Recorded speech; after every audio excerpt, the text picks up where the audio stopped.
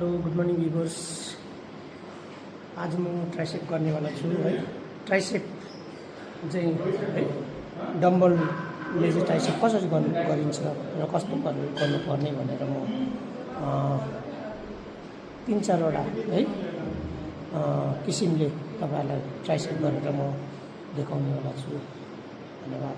कृपया भिडियोलाई हेरेर है लाइक अनि सब्स्क्राइब अनि फलो पनि गरिदिनु होला।